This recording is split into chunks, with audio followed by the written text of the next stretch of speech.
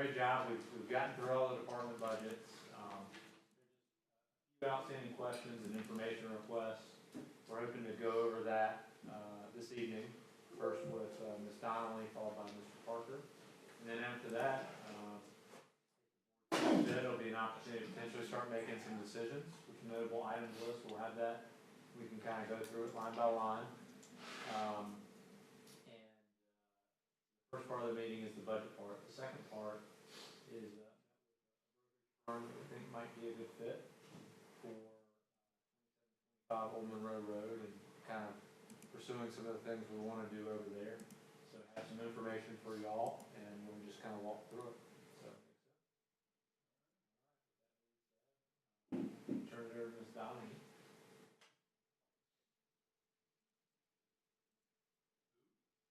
No, you gotta say it with like. I can't do it like you do. Oh, I wish. Just changing it is enough when I remember and spelling it right. That's my big fall. That's okay. All right. Michelle still gets stuff. Yeah. Yeah, that's gonna be us. It's gonna be 26 in like. Oh, it's about to be my first. Yeah, happy first. Still married. So, anyways, I'll. Parks and Rec meeting on Valentine's Day. I switched it just for you. All right, let's rock and roll. So, good evening, council. Thank you guys all for coming. So, I just wanted to bring back up the 50th anniversary.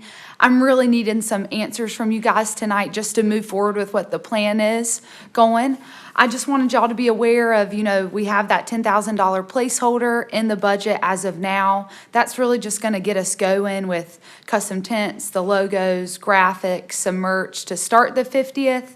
However, we're still kind of in the dark on the direction that you guys want to go moving forward with the 50th anniversary. So we thought it would be helpful to go ahead and just kind of narrow it down to 3 separate options for y'all. So I'll kind of touch base on each option and I'll dive into the pros and cons that we've seen from the Parks and Recreation side. So option 1, we have move Stallings Fest in 2025 to June. I want y'all to be aware that June, the date the town was actually founded on, is a Tuesday. So we'd have to kind of work around that. It wouldn't probably fall on that exact date. Option 2 would be separate the 50th and Stallings Fest, and they'd be totally different events entirely. Or option 3, expand our current Stallings Fest operations for 2025. So let's kind of dive into the pros and cons of each one that we've seen from the Parks Department. So option 1, moving Stallings Fest from September 2025 to June 2025. The big pro, would be celebrating it around the same time the town was founded. However, one of the biggest cons that we see is you guys would have 2 Stallings Fests falling in the same fiscal year. So they would happen in the fall, and then it would happen again in June, right before the next fiscal year starts. So if that's the option y'all go with, just want to make y'all aware of that, as well as, of course, more funding, as well as our summer park operations would be altered. Think of the splash pad, the backyard barbecue, the bash at the splash, the school supply drive, as well as shelter rentals would be cut off, and that's our most popular time of year that those are rented, to be honest. So keep in mind, we would really be cutting back on all those things in the park, as well as the weather conditions. Stallings Fest, I don't know if y'all are familiar, used to be at that time of year, however, was pushed back because the heat was pretty unbearable, is what the feedback that I was told. And Erin can I wish she was here to touch base, but she filled me in on that process. Option 2, you could totally separate the 50th and Stallings Fest. Again, pro would be to celebrate around the same time the town was founded, and you would have one event truly focused for the 50th. However, a con would be the additional funding, event staff needed. It would fall on a weekday, so we'd have to work through that, as well as the summer park operations and event schedule would be altered as well as the weather conditions. The last option you have is expand Stallings Fest and theme it around the 50th. So what this would entail is just elevating Stallings Fest, have that one-time feeling experience that just really takes it to the next step. Our summer event and program schedule would not be unaltered because, again, Stallings Fest traditionally happens in the fall. And we already have that guaranteed audience for Stallings Fest, so we know that there would be a really good turnout for that time of year. The cons would, we would definitely need more event staff. If we're going to elevate it, make it longer. The park would need to be closed longer, and again, still need that funding. I also, just the next slide, I think it's really important for you guys to just see kind of the price tag for some of these things that are getting added on. This would be something that y'all would probably need to look at, whatever option you choose for 24-25, that budget year. So just to put it in perspective, a fireworks show as of today's market runs about $1,200 a minute. Your average fireworks show is about eight minutes long, so you're looking a little under 10 grand. Outdoor laser light show, they've started at 10 is what my research is, $10,000. And keep in mind too, if we do that, it's gonna have to be at night, almost pitch black. And we're just gonna have to start there. They've gone upwards to about $50,000 is what I've seen. Fireworks at night too? Yes, sir, the fireworks would be at night. You don't have to have that as pitch black, I would say, as a laser light show. You could still see fireworks a little, probably 30 minutes after sunset. And for fall, sunset is about 7 p.m. However, in June, you're looking at a sunset of 8:30. So keep that in mind. And then lastly, a live band. You roughly pay $1,000 an hour for that in the parks is now. And think of like your 4 to 5 piece band, not like an Eagles tribute band or anything like that. This is just like your typical, something that's booked mom and pop kind of family thing that we have in the park.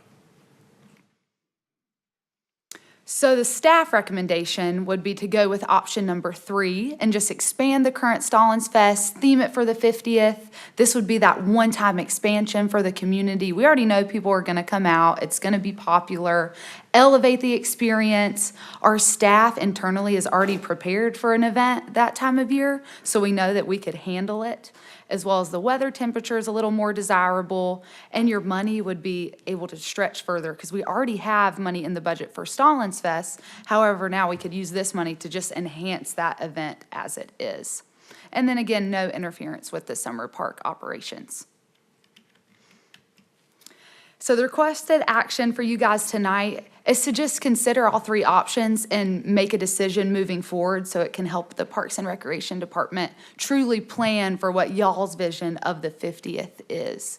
And I'd be more than happy to answer any questions or thoughts, concerns. Yeah, for sure. Yes, sir.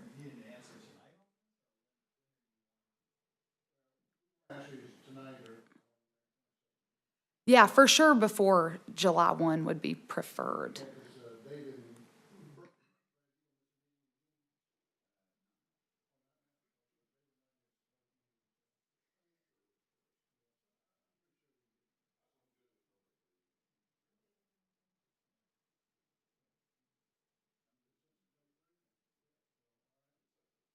So got an answer on that, and then, any discussion on the fireworks, light show, or live band, or any other option like that? Looking for action, or you just giving?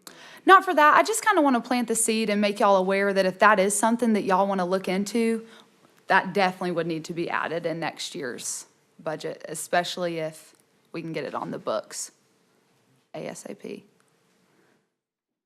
So just to keep in mind, I'm just planting the seed. I'm okay with the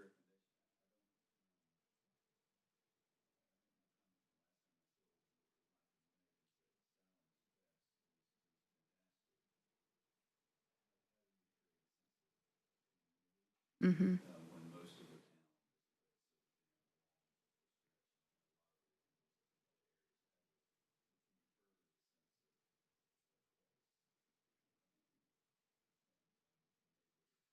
Yeah.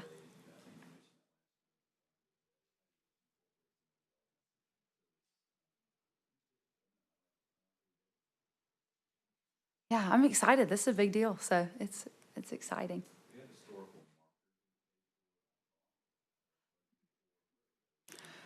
I don't know if you want me to speak on this, Karen, but June, is that public knowledge? Can I say that?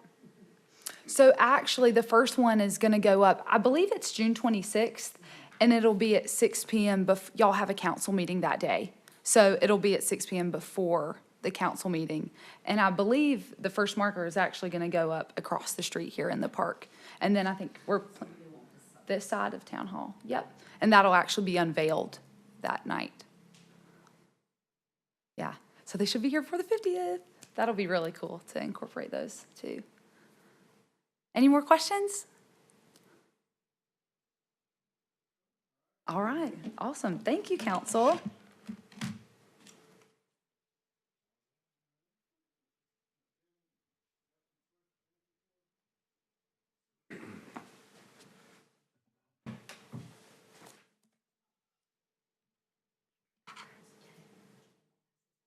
Nope, I think everybody's got my slides in that handout, correct? Everybody got that? Cool. Thank you.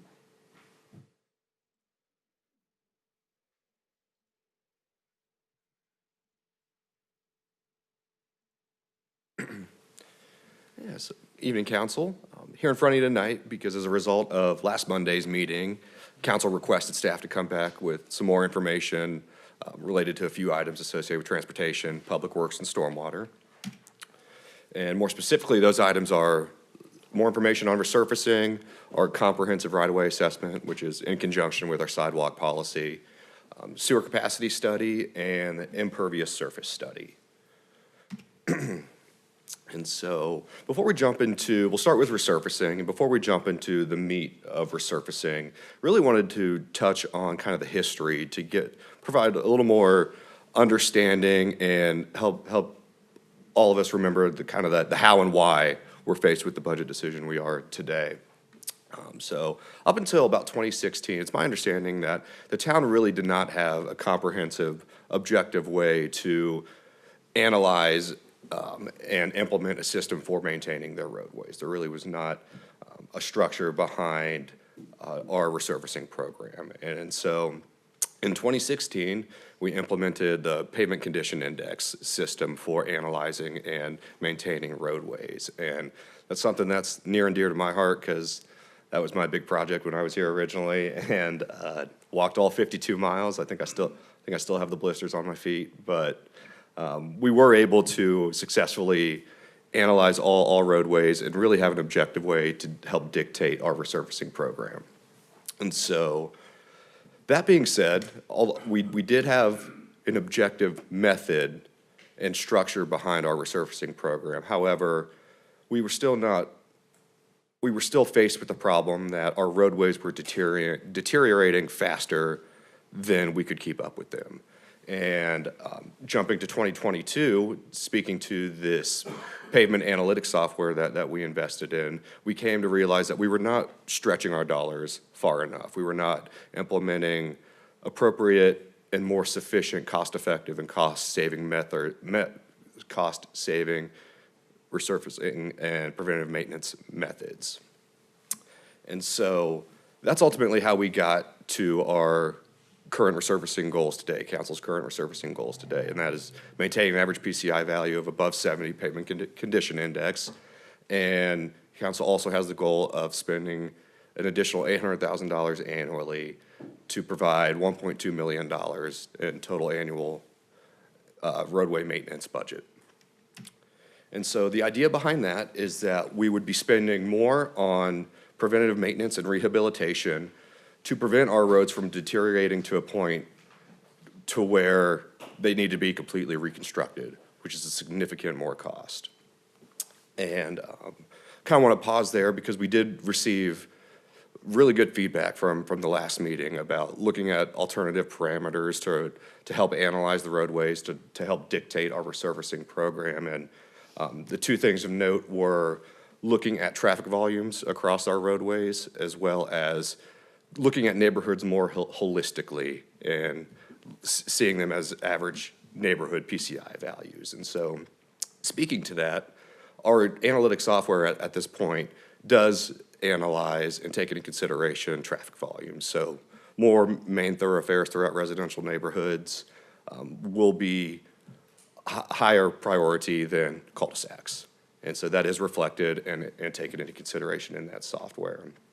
And this is something that staff does to analyze neighborhoods as a whole. So if we're going out to a subdivision and we've got a few roads that are going to be resurfaced, we will look at that neighborhood as a whole and see if there's comparable roadways that are pushed off to the next year, and maybe we incorporate those into the current resurfacing year.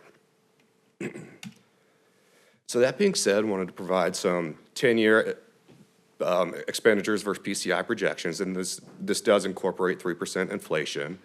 And so this is really dictating that additional $800,000 that council has committed to and set a goal to provide. And it's shown in gray here, but it shows, you can see the 70 PCI value with that $1.2 million expenditure. We do meet that goal over the next 10 years. And then obviously when inflation starts really taking over, we may have to look at additional funding methods in the future. But for the next 10 years, we are meeting council's goal of above 70 PCI. In addition to that, we are decreasing the backlog projections and sustaining our backlog with this $1.2 million expenditure. And again, that falls in line with that chart shown previously about spending more money on preventative maintenance than complete reconstruction. And so, that being said, I'll pause for any questions and any discussion.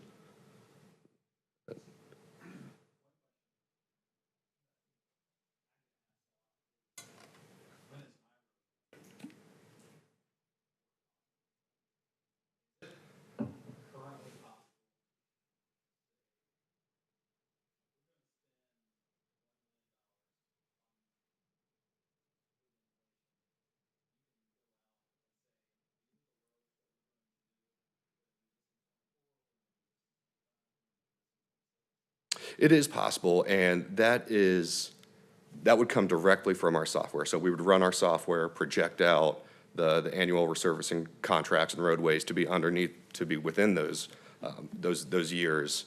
But again, speaking back to kind of how we approach this at a staff level, if there are comparable roadways in need of maintenance within these subdivisions, we might say, all right, well, we're already going to be out here. It's more expensive to decrease the amount of mobilization and knock those out within fiscal years and shift things around a little bit. So it gives us a very good starting point, this software that we have now.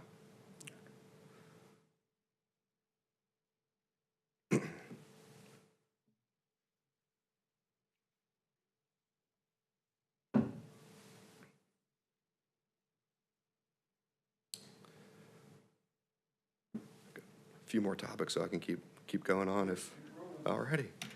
And so wanted to touch on some funding scenarios. I know there's several different ways funding can be provided here, but the two scenarios I really wanted to touch on was providing that $800,000 and not providing up to $800,000. So the pros and cons of providing that $800,000 is we're meeting that PCI goal value of 70 over the next 10 years. And ultimately, we are saving money in the long term because, touching back to this chart, if we can prolong the life here, the costs significantly increase once these turn into reconstructions rather than preventative maintenance and typical rehabilitation methods. So the more we're preventing roads deteriorating to that point, the more money we will be saving in the long term. Cons of that is additional funding will need to be identified in the near to immediate future. The second scenario here is not providing up to that $800,000 threshold. The pros are less impactful on the current budget. Cons is we are subject to cost increase in the long term. Our PCI values do decrease, and our backlog of failing roads ultimately increases as well.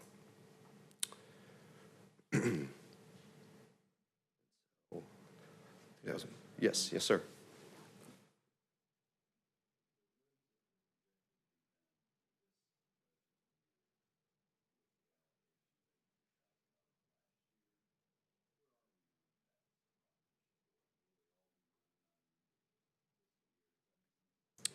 So the current contract, yeah, and they started out in the park today, resurfacing the park over there, and so they expect to have that contract completed June 19th.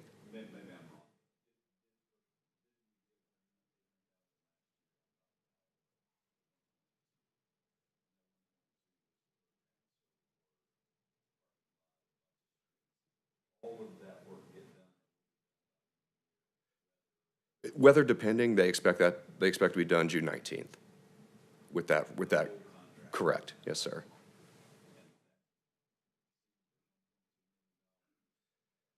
It was right at that 1 point. I think it was just under 1.2. I think it's around 1 point, just over 1.1.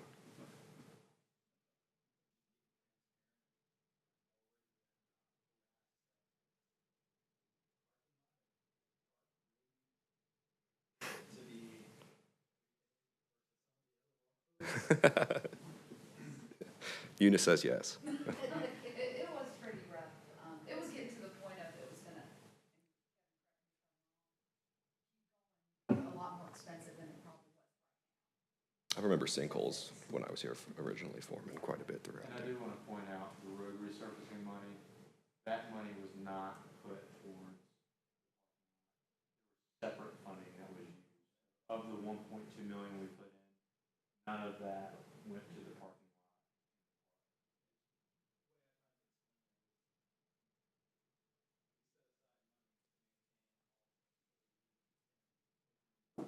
You rob from Peter.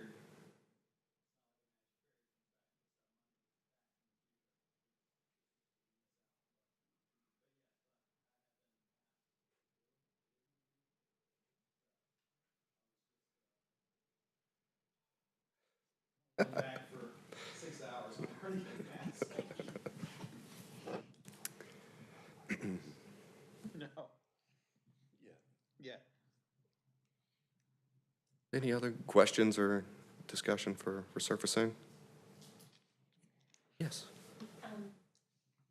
Last time we had talked about how the worst roads get put off because we need to maintain, or, it would be better to maintain the ones that needed less repair. But is there a method set up to like, to get to them eventually? Like, is there, Yes, and ultimately, it's not just like a never ending, like, correct, we will when we can, like there is an actual, correct. it's going to happen. There is, and they squeeze them in. It's pushed out, for lack of better phrasing, for a few years so we can catch up with the preventative maintenance and prolong the life of our good, satisfactory, and even fair roads.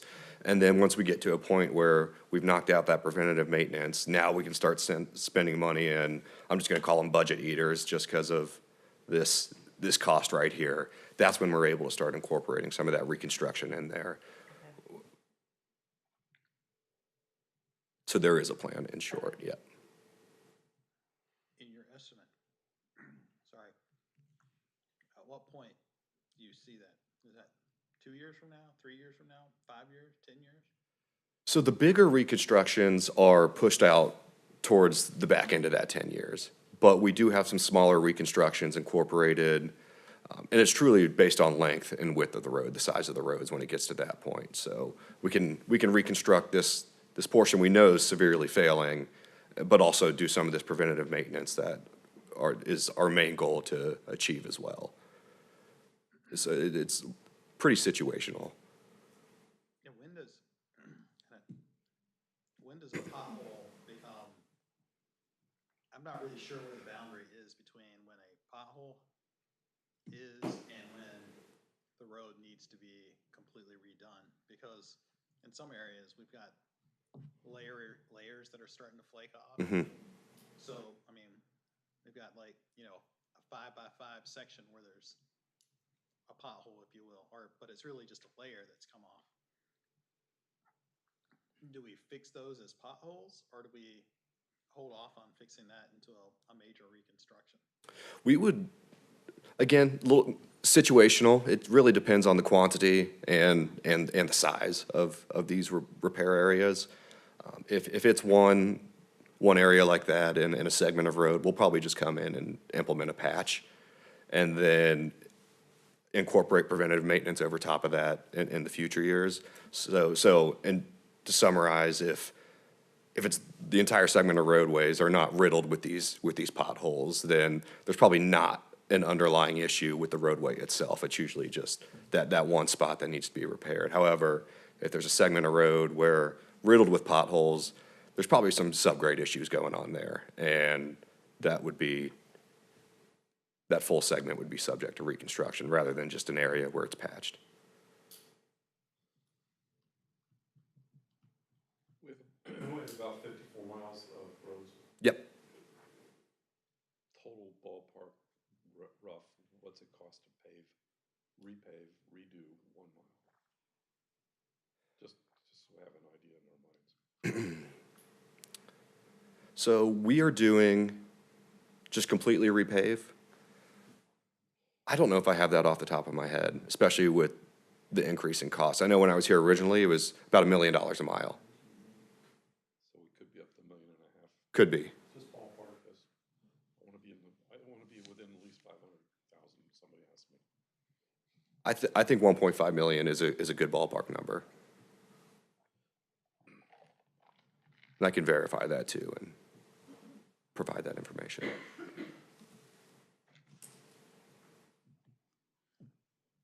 All right, any other questions on, road maintenance?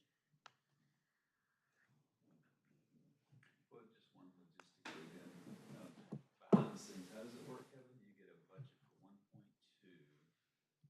Do you put together a contract, put it out to bid for one provider to do all that work?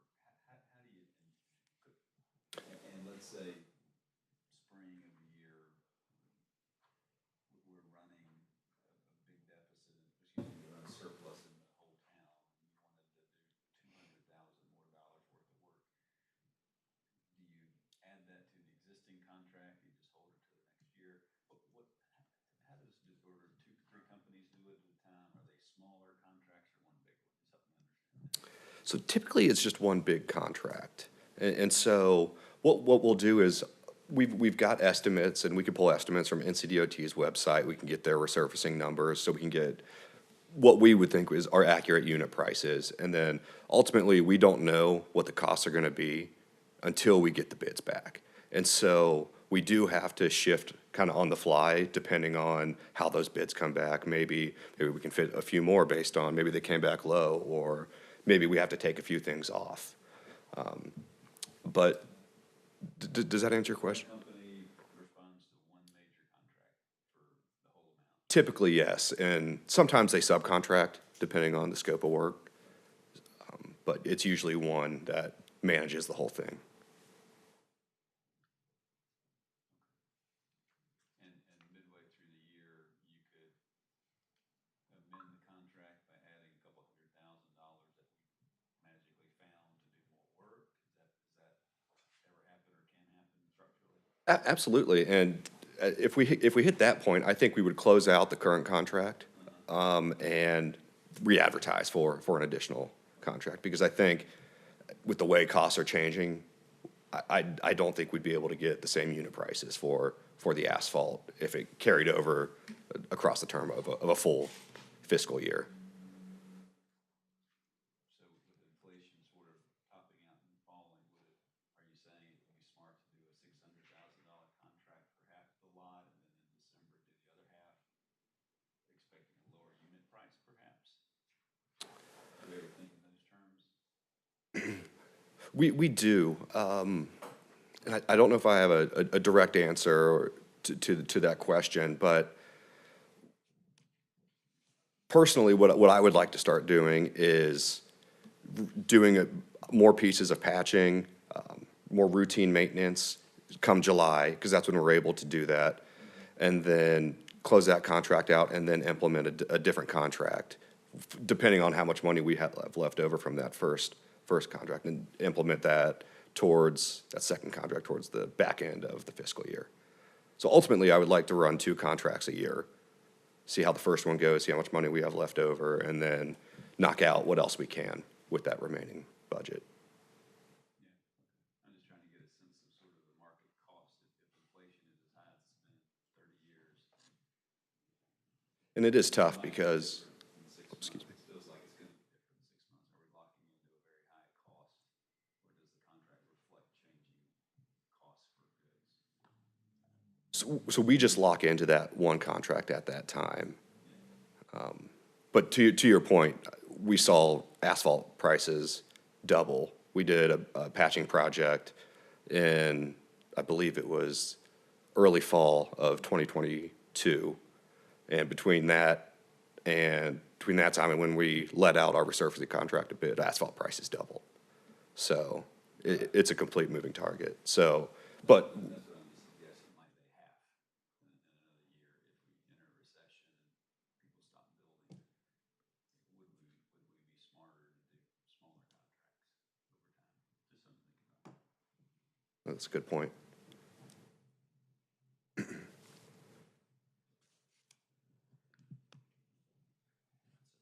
Any other questions or talking points on resurfacing? I will move ahead to our comprehensive right-of-way assessment that's in accordance with our sidewalk policy. So our sidewalk policy states, and that was adopted in 2021, that every 3 years, staff will analyze and inventory all of our pedestrian infrastructure throughout the town.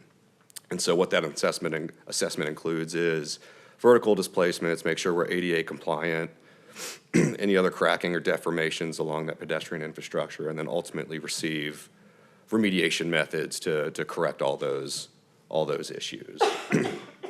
If we don't perform that right-of-way assessment, we'll continue to be reactionary on correcting these issues. So we rely heavily on citizens to inform us where there's issues and act accordingly.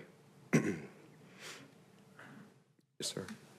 What is that? I mean, like, is that just, do we hire somebody to go out and walk that? Yep, they will walk out, they will walk all of our sidewalks. They will, specifically speaking to the ADA, they will go out there with levels, making sure our cross slopes and our running slopes are ADA compliant. They will make sure the vertical displacements are not tripping hazards.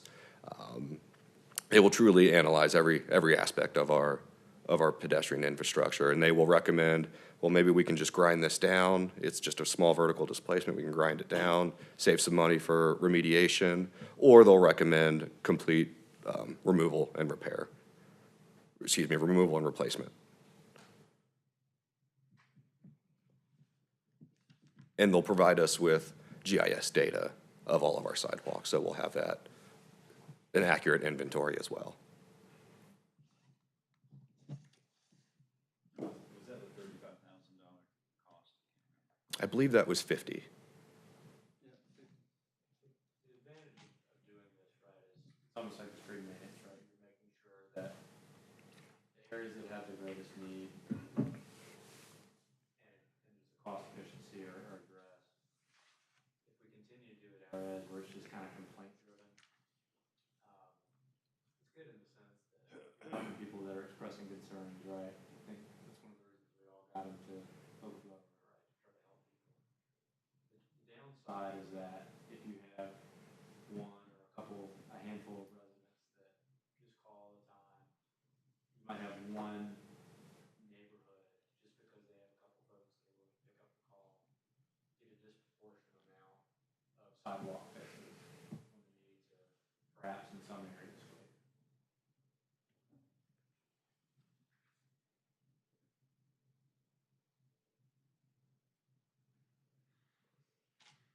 Anything else? Right along then. And so jumping into Public Works, and I know there's a lot of words on this slide, so in summary, this was directly from Council's action plan established in the annual retreat this year. And so ultimately all this says is that we know we have 2 areas throughout town, that being right here, right around Town Hall, and over there by the bypass and the hospital, that we want to pursue downtown creation. We also know that there are severe issues with sewer capacity, and we know that relief to that is not coming anytime soon, probably within the next 10 years. And so that leads into the second bullet there of pursuing alternative sewer capacity options, and that's where the sewer capacity study derives. And so we would look at we will analyze current and future sewer capacity, look at fee structures, metering options, come up with some designs so we're in a good point where we can say this is feasible, and then have a good idea of our options and our alternatives to make decisions beyond that point. And if we don't do this, again, we know sewer's not coming in the near future, and it would have an impact on our economic development as a town. Part of that study that's sort of a go, no-go kind of thing, I think it was $100,000 or something in the budget. But is there a sense that you spend 50 or 30 doing the preliminary work and then it says, you know, it's gonna be really hard? Or, yeah, you know, you really can't gravity feed it to Mecklenburg County like you thought, or it's just gonna be millions of dollars. And then at that point, you just say, stop, but don't spend any more money. But that's my, I have a hard, I'm a proponent of being strategic and creative about how to connect and fix the problem, not of our own creation. But part of this also feels, I think the mayor, maybe the mayor said it last time, that could take us down a really expensive path of pipes and paying somebody to do a lot of pumps. And I don't want to, I'm just curious. I'm just stumbling for words here. I think it's important for development to have sewer capacity, but is there a, I'll just leave my question to that, is there a point where we'd spend a little bit of money to see if it's feasible and then some of the 100,000 entail more than that? Does that make sense? Yes, absolutely. So ultimately, we need to determine needs first based on our proposed uses in these downtown areas. And so that is one thing that needs to, on top of that, we need to figure out what's feasible when it comes to constructability and things of that nature. But also, we'll look at cost-sharing options. So say we get to a point where we know there's a line that's constructible, it's feasible. I'm just gonna use down Old Monroe Road for an example. But we know it's gonna be $3 million to fund. So maybe we look at, and that's just a hypothetical number. So maybe we look at private-public partnerships, things like that, some cost-sharing options to provide that funding. Or maybe it's all developer-driven. But that is something that, if that's answering your question, am I understanding you correctly? Any movement on anything at the county level with regard to sewer? Any conversations that are gonna jam the backlog besides the resolution that Waxaw and Marvin did? Is that happening? Doing going on?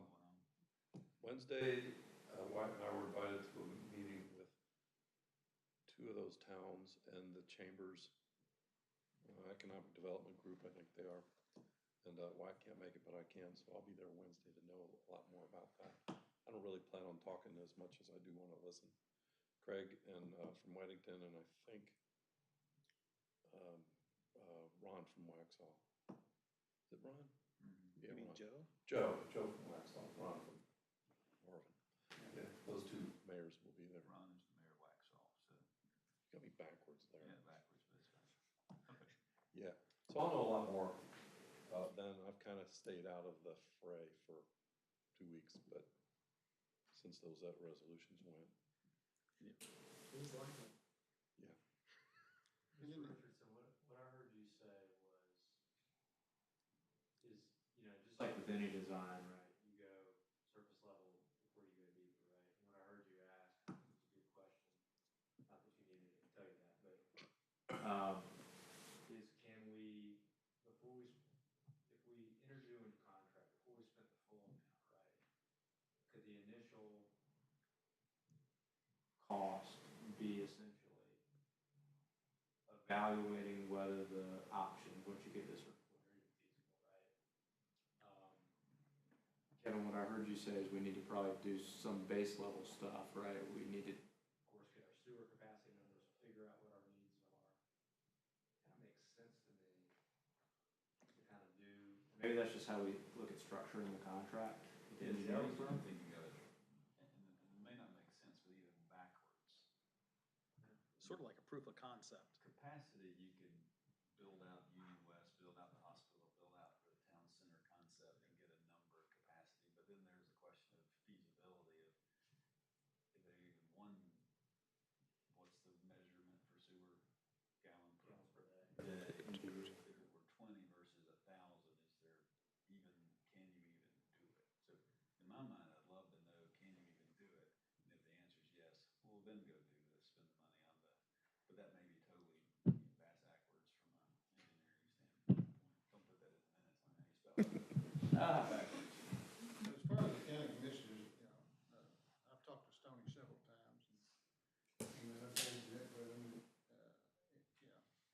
clear picture of what they wanna do? No. So, Right. but do they have more money than we have? Yes. So, before we go out and spend money on a study that we really don't, we know we can't afford it on our own, I'd rather wait and see, you know, Stoney keeps promising me he's got a plan, so, but is that gonna come about, in the next year or two? I have no idea, so. Been to several Stony events, and he says a different plan to whoever the audience is. And it's very frustrating to sit there and listen to that. And I like the idea of waiting, but I don't like the idea of waiting at all. We're gonna be waiting on them. The only thing that they will talk about productively, or at least with some real numbers and sort of a plan, is 12 Mile Creek. That doesn't help us as much as Crooked Creek, which is running on its last legs and no replacement in sight. That's the one that we really need a plan on, and we haven't, there is no plan that I've heard of. I've been to several events, and then again, I'll see him, so not see him. Is there any sense that Brian and the county staff would have $50,000 to help? Because this is a solution for the county of intergovernmental connections and expanding capacity to what they already do. But any sense of cost sharing with the county at the staff level? Do they have a manager's contingency that doesn't have to go through the political process? That's a good question. You know, we hadn't asked, but we absolutely can. We're willing to do that. Yeah. Brian did ask, or I asked at the last time I saw Brian, if it was possible for him, actually for me, to talk with him. Then I thought, oh, what the heck, Alex and whoever else wants to, because I think we all need to be on the same page. But Brian's in a precarious spot politically. So.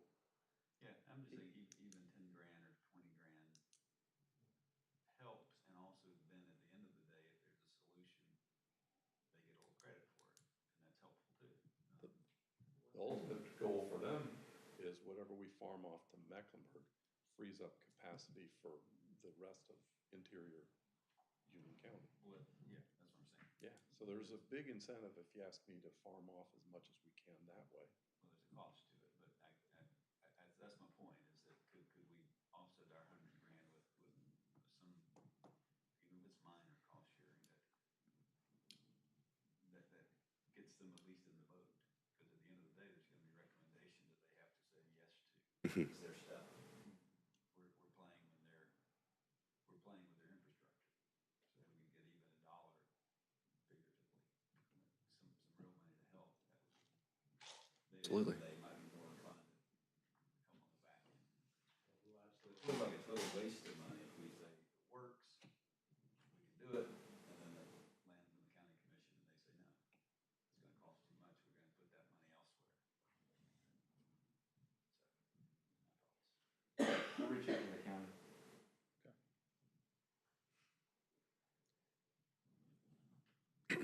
Anything else on sewer capacity? Well, I mean, on that note, just taking it one step farther where you're going, I mean, at some point, I think, you know, it's not only this contract, but then do we pivot on what the downtown in general? Because, I mean, if it truly is gonna be 10 years before there's sewer capacity, then probably the downtown doesn't need to be a priority for the town to some extent. Still may be important, but not a priority on a year-to-year basis. Your thoughts? My thought? Yeah. Yeah, I don't disagree. I mean, I think there are things we'd still be doing. I mean, Yeah. The road itself is gonna be rebuilt entirely for the next 5 years, so we really won't be able to do any downtown stuff till that Monroe Road is done. That's probably a 5-year delay. Yeah. So, Okay. yeah, I mean, I think you're right. I want to add to that, though, the 10 years that you cited is if it was approved and contracts let. It's 10 years from that point to finish, and they are nowhere near that. So it's 15 plus, probably. So, I mean, that would just be the thing, is like if ultimately, if the proof of concept comes back and says, hey, we're 15 years out, then we probably just want to reprioritize, this feels like anyway.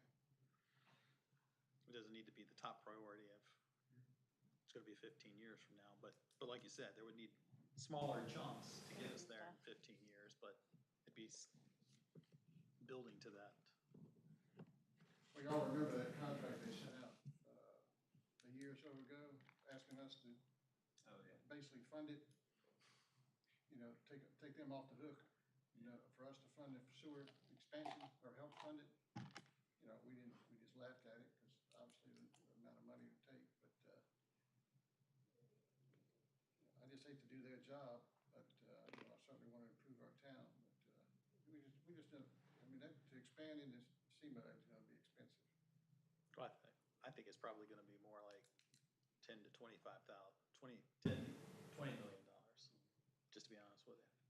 But here's what I would like us to do is that we're making some guesses, but we don't have answers. The study might help us get answers to help us figure out a solution.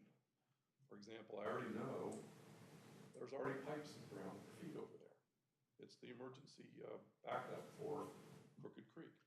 I don't know if we can use them or not. I don't know what the capacity is, but this study might help us figure out what's already there, what needs to be done, is it feasible, or whatever order that is. But we already have, the county already has overflow capacity. I'm gonna kill myself with my pen. Already has capacity to go that way. I don't know how much. That's why I'd like to have answers. And if there's a way we could cut the 100 grand to 50 grand to get those answers, I'm all for it. But I think we need to know, instead of saying, I think this and I think that, a good study will tell us the facts. There is capacity or there is not capacity. Until we know those answers, I think we need to know. But if there is capacity, you gotta pay for it. Exactly. Yeah. But who pays for it? And so the county wants us to pay for it. Well, maybe not. Maybe there's a public-private partnership. I don't know. I don't know either, but, it's still gonna be expensive either way. One good thing about, and I just thought about that, David, as you're talking, one good thing that would come of it is that it would have some staying power. Like most consultants' work sits on a shelf and is out of date within, if you don't act on it. But if this is what I think it's gonna be more of a, what's in the ground, how far is it away? And Stallings in 2030 might pull this off the shelf and say, now's the time, we know what's in the ground, we know what it cost back then. And so there may be some utility beyond immediate, but if we could share the cost, phase it so that we don't go beyond a certain point, then phase two, I'd be okay. As with the county, that's a great point. Great discussion. Continue to be made, but such thoughtful discussion. The county's utility system has a capital improvement plan. We've heard them, if you've gone to any of those meetings or listened, heard them talk about it. And it's a bit more than a paper document, right? Once it's on there, it helps dictate some of the developer impact fee levels and things like that. So one potential pro of getting something like this done, if we get the county to be a partner, we've expressed on the staff level repeatedly, we want to do that. To the point where their county staff, we met with them one time, we get it out, you want to work together. But if we can get it on their capital improvement plan and program, then it probably doesn't fall all on the town, most likely. You know, it becomes a part of their, hey, this is what we're gonna do as part of operating our system. So we can get to it, it could be, oh, the county's gonna have to fund a big chunk into this.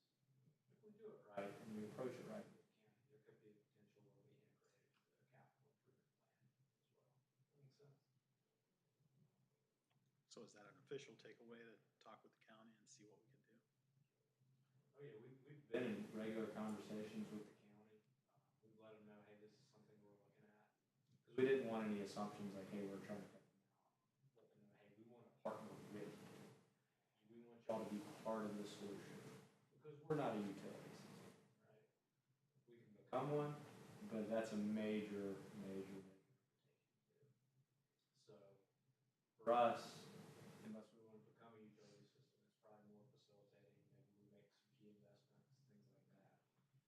kind of facilitating utilities that are already there. How much was the expansion at Cricket Creek gonna cost? Does anybody know that off the top of their head? Max, you don't know, do you? We can find that out. Well, I mean, if there's enough capacity with Mecklenburg, then maybe it makes sense that, if it's half as much to plug into Mecklenburg, maybe it becomes the county's plan, if you will, to, instead of doing Cricket Creek, they're connected into Mecklenburg County. And since we're one of the biggest folks impacted by Cricket Creek not being done, I don't know. Maybe that could just be their solution or their plan.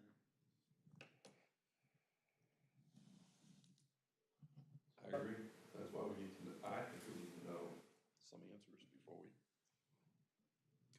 even project that one. What I'm hearing too is a lot of really great thoughtful discussion about, as we go down the road, if we do this, where we go. For the issue at hand for the budget, the study, the board asked us to kind of expedite that RFP process, get that moving. Kevin's done a great job doing that. Currently evaluating the proposals we've received. One of the things we can take away if the board wants to continue to move forward with the capacity study is, all right, let's see if we can get creative with the structure, right? Maybe we can incentivize, all right, we do a certain amount of work. There's like a check in, how you do this much work. Then at that point, we can kind of try to see how feasible it is and then decide to move on to the next stage. Kevin might be swearing at me in his head right now for even suggesting, I don't know if that's feasible from an engineering standpoint. It kind of makes sense to me from just a common sense standpoint, though. Like I said, at the bank, we do what called proof of concept, which is kind of, you get a little bit of money to basically prove to the senior leaders it's going to work, or that you have a good idea that it's going to work.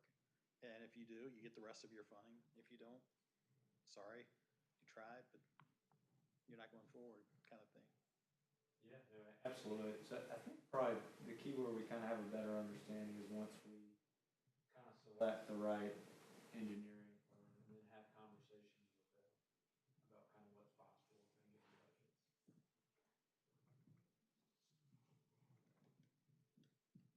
All right, any other questions, discussion? One last question on that. I mean, since we're talking with Mecklenburg County, does Mecklenburg County already potentially have any of this in their back pocket? They already know some of this information potentially, so they know where the lines are and roughly how much it would be. I mean, I'm just thinking maybe they've already got an engineering firm that's in place that may have some of this information available to them. We've met with Charlotte Water, and certainly I think they're open books. They're an open book. Certainly I think we would utilize existing data both from Union County and Mecklenburg County. But to our knowledge, I don't recall there being kind of a plan or a procedure in place for getting your call. Not about specific implementation, just the frequent conversation they have with surrounding municipalities, though.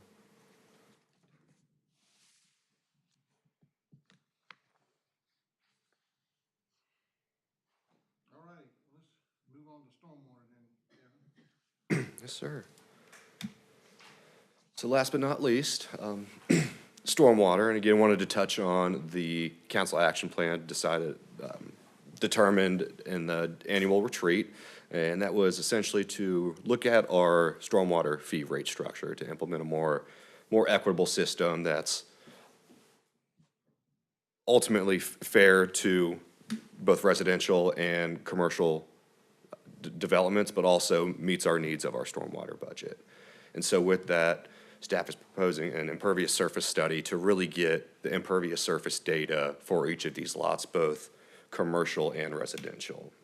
And this is directly from Mecklenburg County's GIS system, because this is the exact same thing that we'd like to exact same data we'd like to get. So you can see this outlined building here, their driveways outlined, sidewalks, what have you, and then it spits out our impervious surface square footage right down there in the bottom. And so that's truly what we're seeking, to get that data, that exact data. So we can look at these tiered stormwater fee structures. I don't see that on the, notables. Am I missing it? Is it in stormwater or is it?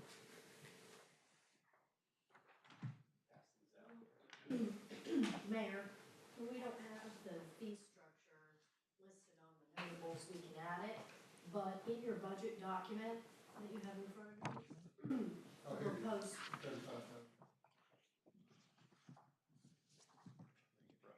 Maybe I think he's speaking towards the study itself. thank you. Yep.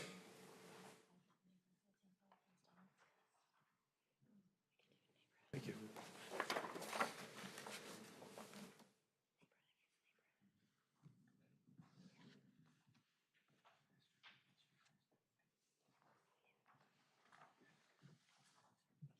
So this is Mecklenburg County, so you say Union County doesn't have an overlay. We were hoping they would, but when we checked their data, it was. Does any other town in Union County have it? Not for Stallings. I mean, I No, believe for theirs. Would Indian Trail? Indian Trail has it, but I believe they've had their system implemented for quite some time.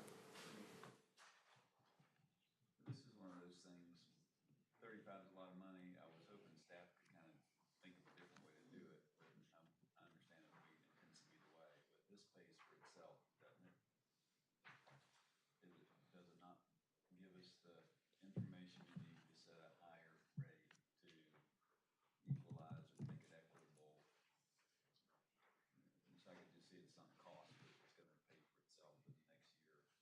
That's what I would, is that not true? I don't think it would generate extra revenue, but what it would do is make sure on a residential level that somebody, I'm gonna use extreme examples here. Somebody lives in a $15,000 house and has a bunch more impervious surface, is gonna be paying more into the system because they're contributing more stormwater than someone that lives in a 500 square foot house.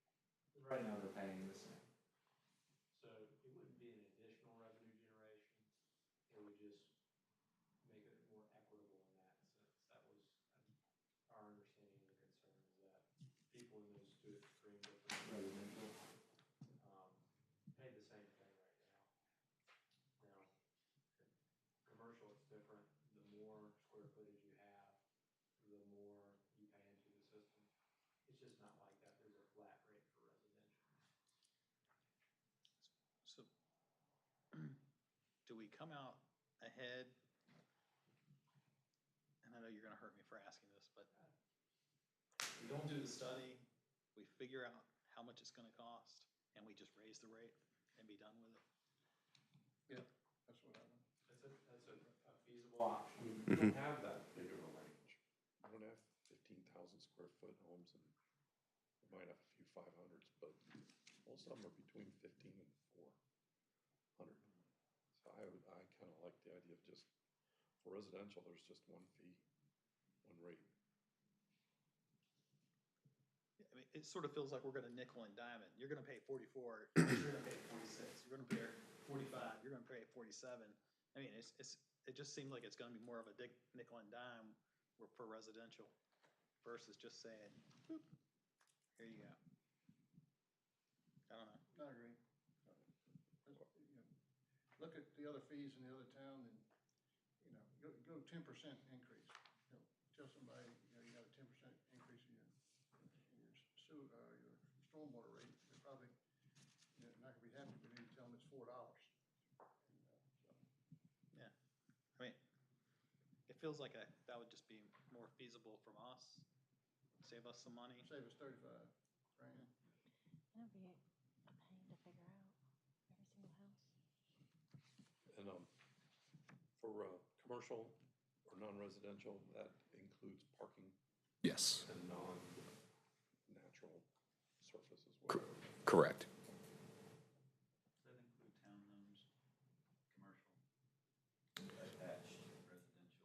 It does, yes. And Commercial rate goes toward apartment complex, I'm sure, but does it go toward townhomes? Yeah, that makes sense. it does make sense, and I'm not sure, Yeah, I don't know if I have an answer to that. and I don't know this material, I'm just. Sure. Just a question that may not, so, yeah. Okay.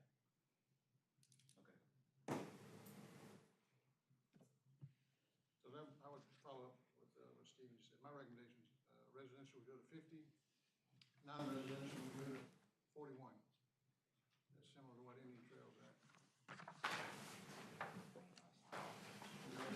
These are in a week. I think, yeah, I think we should figure out how much it's gonna cost, and then we divide it from there. Because that's the whole reason why we're doing this, right, is to make sure stormwater is self-sustaining. We go to page 9. And it's in this document, y'all. We go to page 9. Thank you to Jamie for numbering the pages. You got it right here proposed? This one. Yep. What page? This is the old No, one. no, that's an old one. I don't want you, the only thing that's different is that you've got a table of contents. I know, right? That's all my notes. Oh, no, you don't want that. You've got page numbers and a table of contents. That's what's different there. It's right here, Mayor. Is this not it? No, that's it. Yeah, you're right. Second to the last page are the proposed. And This is what Kevin's. projects that we need to move forward. Oh, yeah. That's There's the two rate documents based in on one. Oh, So okay. the fee schedule is on page the 9 form towards follows the back. Yeah, There we go. yeah. Yep, I mean, and that's what's being. let's not just pick a proposed right random number. This needs to be something that, now. Let's pick a random number.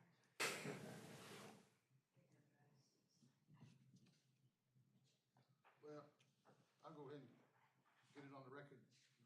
More than doubling the fee in residential is unacceptable to me. I don't care, what we have to do to sustain it. Doubling something is just poor planning, in my opinion. We'll just have to do the projects as they come along. But just doubling it, it's $40 a year. Does that make or break, most of our residents? No, but it's just a point of doubling the fee. Now, as far as the $100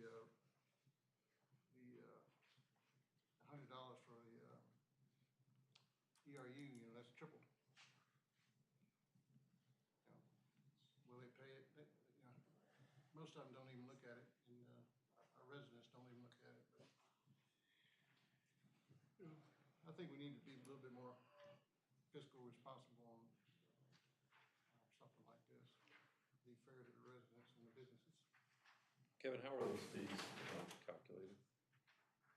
86 and a quarter, $20. The actual number for the fee itself, it truly was just looking at what our needs are in this proposed budget and seeing what numbers meet that goal based on, I've got an Excel sheet that, with all the lots, all the residential lots, and so it was just changing around the numbers and until we're meeting our proposed budget. And then now we go from one of the best rates to the worst outside of Charlotte. Well, then you get back into the study. Because that allows Indian Trail, Monroe, Matthews, and Mint Hill to do the tier 1, tier 2, tier 3. And that's where you see the costs start to rise. Matthews is $138. So I don't know what the right answer is. I think I recall staff saying that this is sort of a makeup because of not ever raising the rate Yeah, in because we never previous did it. decade or how long we had these. I get that it doesn't feel good, and I'd love to be the reporter who writes the headline. I mean, it's easy to, Stallings doubles fees on residents for short, I mean, that doesn't sound good, but How many years have this been stagnant? I believe our current fees were adopted in 2014. it's almost a decade. So I think that was what I recall as the rationale that gave me a sense of pause, but I get it. The optics aren't great.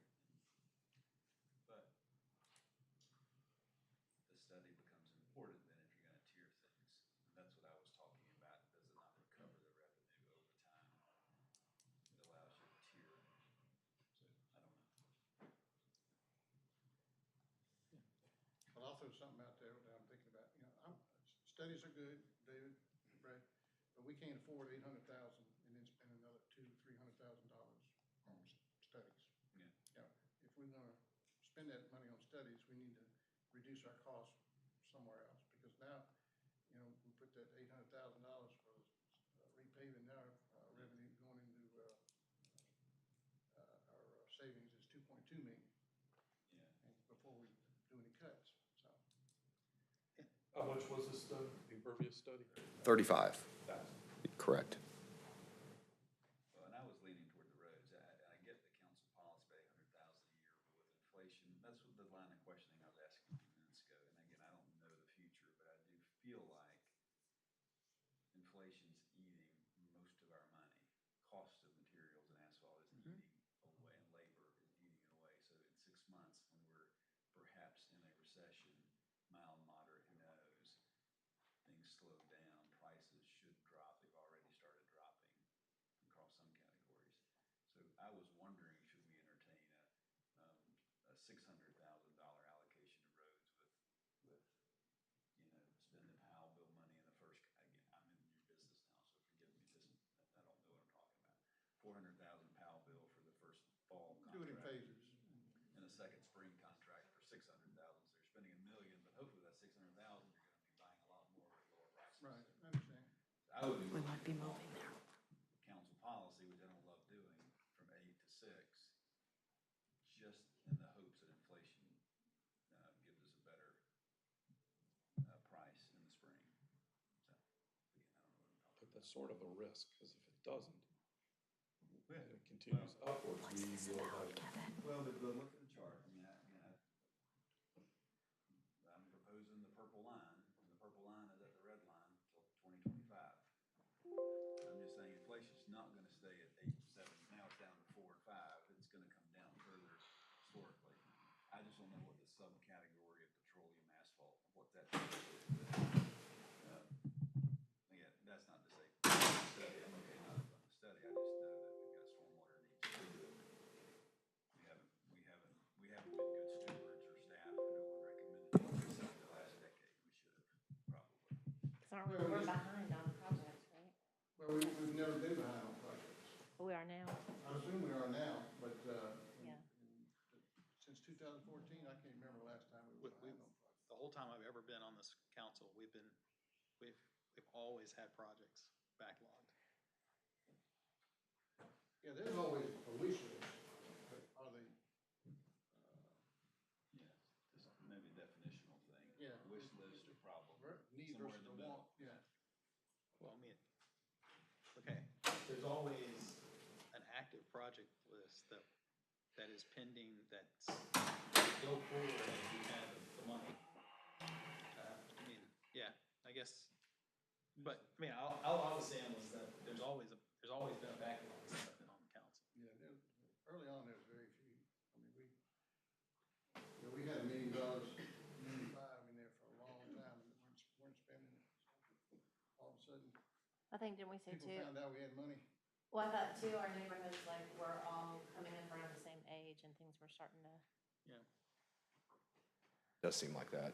like, all of our, like my neighborhood and your neighbor, like, they're all falling apart. And I don't think it was money, I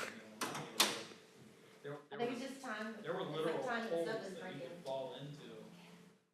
That, I mean, like the one I sent you, I mean, it's this big around, but it's like 2.5 feet deep. So if you were walking that road and tripped into that, you'd be in rough shape. I mean, I think sometimes some companies that do the work, I think, and I'm just gonna say this out loud, do a piss poor job. Because that got fixed last year and it's already opened up again. I don't know if it's just a difficulty of work effort. In other words, it's just hard to fix these things, or the companies just don't do a good job. When I see something that's been repaired 3 times in 5 years, that to me says they're not getting the job done. Because this one here, we've already been out there once and made a major repair. You can tell where it's been cut up in the concrete, I mean, in the asphalt. We did the one last year, and now it's already needing to get additional repair. So I don't know if there's a way that we protect ourselves against poor performers. They have warranties. Typically a year. Make sure he knows about them. Yeah. Yeah, you just don't hire them the second time. That too. Well, I think one of the problems is we'll probably run out of companies. Lack of bidders, yeah. Yeah. I mean, it's just, I don't know, it's difficult for me, because I know one of the roads that we paved is really bad, and then we kind of see the same kind of thing. I know of several, and I say several, 3 items that I know of just while I've been on council that we've had to make multiple repairs on just because of it wasn't fixed the first time. So I don't know how we do that. Are we proposing to do some of that ourselves, Kevin, with the new equipment that's in the budget? Yes, sir. We would like to start doing some of these sinkhole repairs in-house. That sounds like fun. That's what I'll do. I'll come volunteer with you. Well, you are volunteered. You get to do customer service. Yeah. All righty, any other data? I think that's all I've got for tonight. The only thing that I had on this here is we didn't increase this for 10 years. Do we need to put some type of policy in place that says, you know, this gets adjusted on an annual basis or every 2 years or something, so we won't get into this situation again in 10 years? Just something to think about. I think what I would, great thoughts, Councilman Aaron. I think the way staff are thinking about it, each year we would adjust it and kind of bring it back to y'all and like, let's look at it together and see kind of where we're at. Because, you know, the trend line we use 3% inflation. And up until, you know, a couple of years ago, that would have been a really reasonable inflation number. But the past couple of years have really, you know, changed everything. So it's something we'll probably need to evaluate on an annual basis. Well, that makes more sense, so you don't have a triple increase, you know, it's adjusted here, dollars here, a few dollars there, and, nobody misses that. It's much easier, because you're right, you know, that big of an increase with stormwater is a lot, right? I struggle with what else to do, right? Just because the stormwater maintenance and repairs, the 700,000, that's all the higher priority kind of safety project. At the same time, you're right, again, not that you needed to validate that, right? It is a big deal.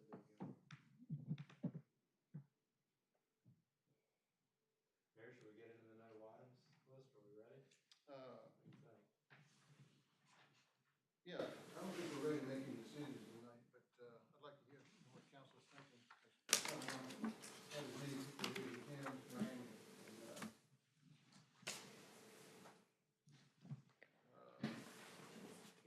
Ted Rain, thank you. Thank you all. Thanks, man. No, we appreciate it, bud. All right, grab your, notable items sheet, here. The big one. Yep. And then, in that budget, that operating budget Jamie just gave us also the sheet with the outline, but we can go down real quick. Start with the police department, just, if anybody has a strong preference, yea or nay, bring it out. So everybody understands the color coding there, where it's all red and black, isn't it? Mayor, if I may, your color code key is on page 3. So, we're up in police, I'm sorry. So the police department, everything's in the draft budget. And, you know, a couple of them are policy issues on the car. A couple of them are stuff wears out. So, I have no problem with any of these items. So, I'll refer to y'all.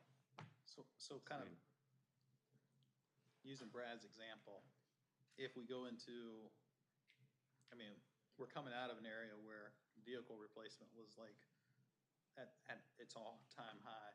Do we foresee that the cost in new vehicles may come down with a recession? No one's projected, the only information we've gotten is the increase, no one's projected any future decreases. Yeah, okay, I mean, that's fair, that's fair. Could we keep them longer? The only thing you can do there is just look at your mileage. You know, right now, our mileage program is 100,000, right, chief? So an average car, they put what, 30, 40,000?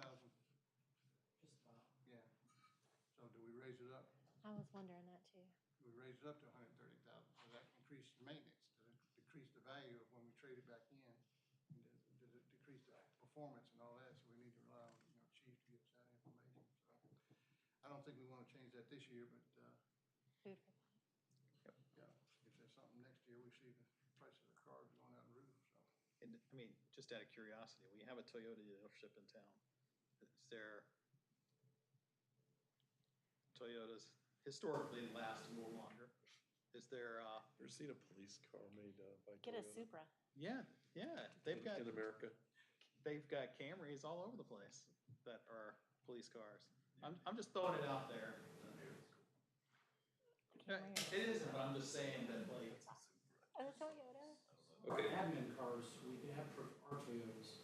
uh-huh, We have a couple detective cars. mhm. The issue we run into is Toyota doesn't make any pursuit rated. Oh, okay, Just the heavier transmissions, the heavier alternators. gotcha. Heavier body. Heavier body, just made to run. It's like a Camaro. That's usually Toyota. The Supras, Toyota. right? I want to beat that. I'll just pull mine up. All right, anybody on the police department? That would kind of defeat the purpose on the budget though, right? F1. If you get a Supra for $100,000. You guys good on the Yeah, police? yeah, go I'm ahead. sorry to move you along. No, go ahead. That's my fault. I know. All right. Yeah, sidewalk study. We're down to transportation engineering, next, additional street surfacing to 800,000, so that's still my point. If we're gonna fund 800,000, we need to start looking at, you know, sidewalk study, do we really need it? I know our policy says every 3 years, but it's a policy and a goal, that changes, you know, that changes just with one motion. We can change that easily.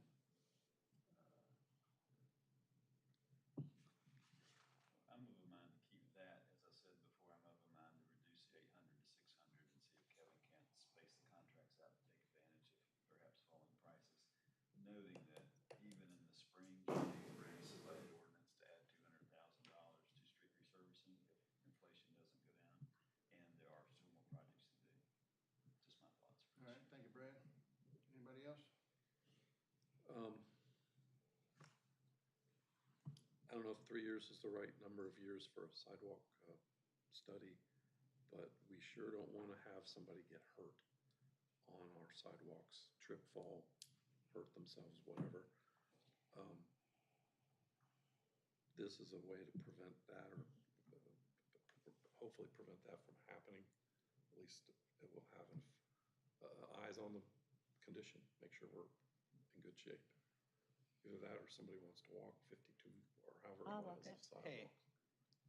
Yeah, I'll walk you 50,000. Yeah, I'll walk it so we No, can split it. He's gonna kill me for forgetting his name. Max. No, Max's assistant, Patrick? Patrick. Wait, what did he say? He got the walking award already, right? At the Christmas party. So, He's walking every day to the hospital back. yeah, so, Isn't that 2 miles each way? that's a, I think it's 2 miles. Yeah. he can do this one, yeah. Take that from the contract and now $45,000. Patrick's gonna handle that. Patrick, now you're gonna work with me. We can do that.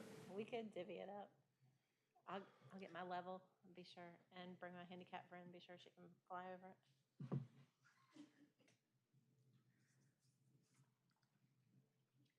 Well, 600,000, Brad's comment. Yes, no, we need time to think on it till the next meeting. Yeah, I'm not gonna rush you to approve anything tonight, so. Yeah, I mean, I think it bears merit, so, I mean, obviously, we'll think about it for the next, All right. meeting, but And I'm torn, because just as easy as it could go down, it could go back up again.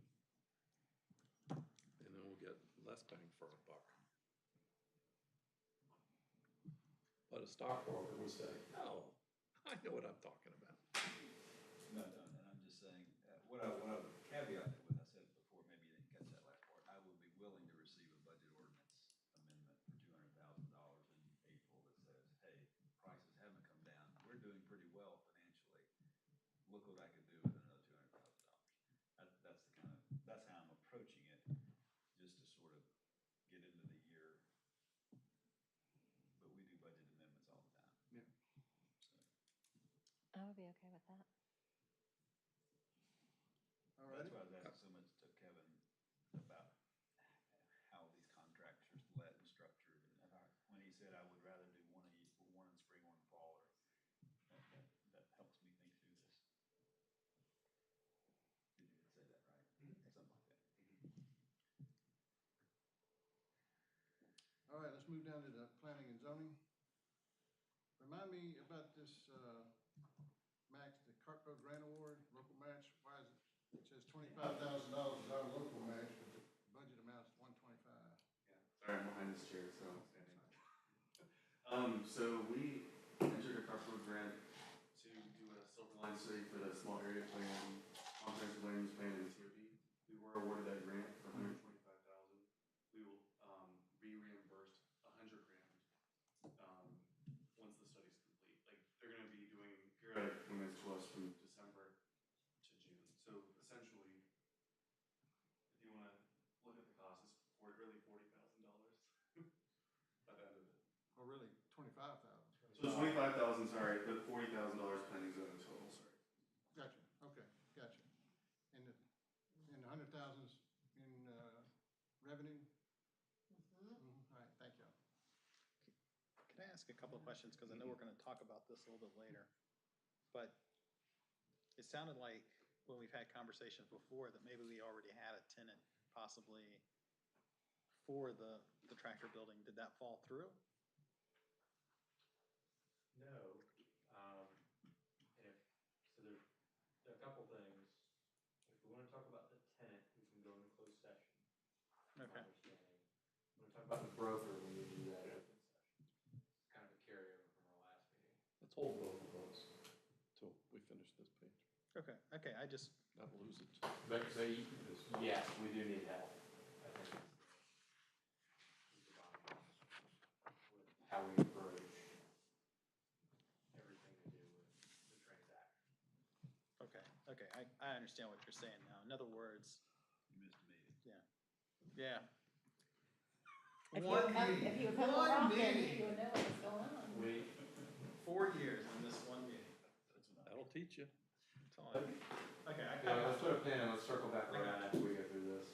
I got you. I want to answer your question, but it might be better with a little bit more context. Gotcha. All right, next one is,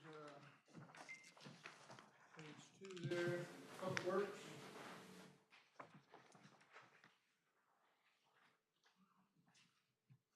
So we need to make up our minds, we've discussed the sewer capacity, so just be prepared to make a decision on it next Monday.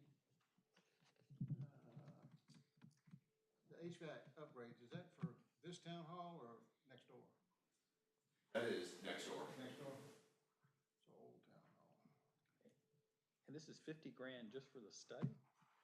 For design. For design? Okay. They'll give us a design and opinions of probable construction costs.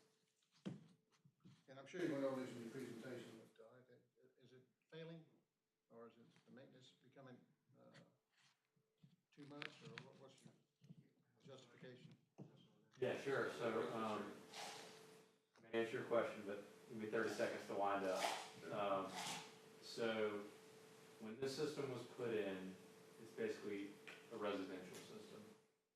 And from the beginning, Ms. Reed can speak to this, it was just severely undersized. There are all sorts of issues. We're also approaching the end of life for the system as well. evaluated it whenever our public works director used to be in the HVAC business, so he knows a lot about it. He thinks we can get one more year out of the system as a whole before we need to do an overhaul. So the capital improvement plan originally had, I'm gonna say it's $300,000 in the budget to kind of redo everything. But given our budget situation currently, and that we can wait another year before we do it, we wanna do the design this year, have a better understanding of what the cost to replace it is. Cause maybe it's not as much as we think it would be. And then go into it. Yeah. And then going, well, but there was $300,000 in the CIP for it, so I'm hoping it won't be that much.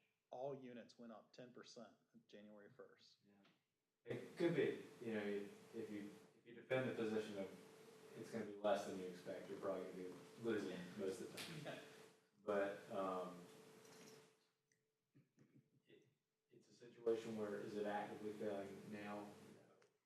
But if we don't do something in the next year or two, I think we'll be in a situation where it will. Right. Well, I'm gonna put my simple hat on, because that's the way I think is, when I put units in my house, contractors come out and they give me the design. What do I need to do it? So I'm gonna spend 10 grand with them, so they're gonna come out and spend a little bit of money. So we're gonna spend, 300 grand when the contractor come out here and do the analysis for free, and then tell us what they need, and then they can bid on it. I don't know how it works in commercial. That's what I'm thinking. I guess from my perspective, that's a really good point, right? You know, I think when I got my residential system done several years ago, it was like $10,000. So I don't know if it's done in commercial building or not. I'm not a commercial real estate agent that does these kind of things, so. I think our approach was to get design and then we bid it out, because you might get different kinds of designs from different kind of HVAC contractors. Getting the design done first gives us the flexibility, you know, all right, the design is good, we're not gonna get anything that's a lower price just because they're trying to sell it. That's how we might have gotten in the situation we are. We're back in the, what was it, 2000 or whatever that building was, 2004, something like that. So that's the idea, is you get the design and then you kind of bid it out. So a bit different than certainly the residential situation. Probably a little bit more complex. Oh, sure, but still, they're not gonna plumb it. Or I wouldn't think they can put in new vents and new ductwork. It's just gonna be the outside unit. How big a unit you're gonna need, or units. So I want to be careful because I'm getting into a. Yeah, why would they just put in bigger units? But I It do think.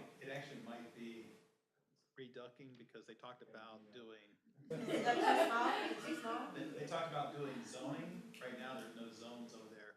Everything kind of blows constant. And so we talked about, last year, we talked about one of the costs would be that they would have to divvy it, zone so that certain rooms would get more or less or whatnot. Well, it just seems like 50,000 is a lot. It's not that big a building. It's not B of A building where, it's just not that big a building.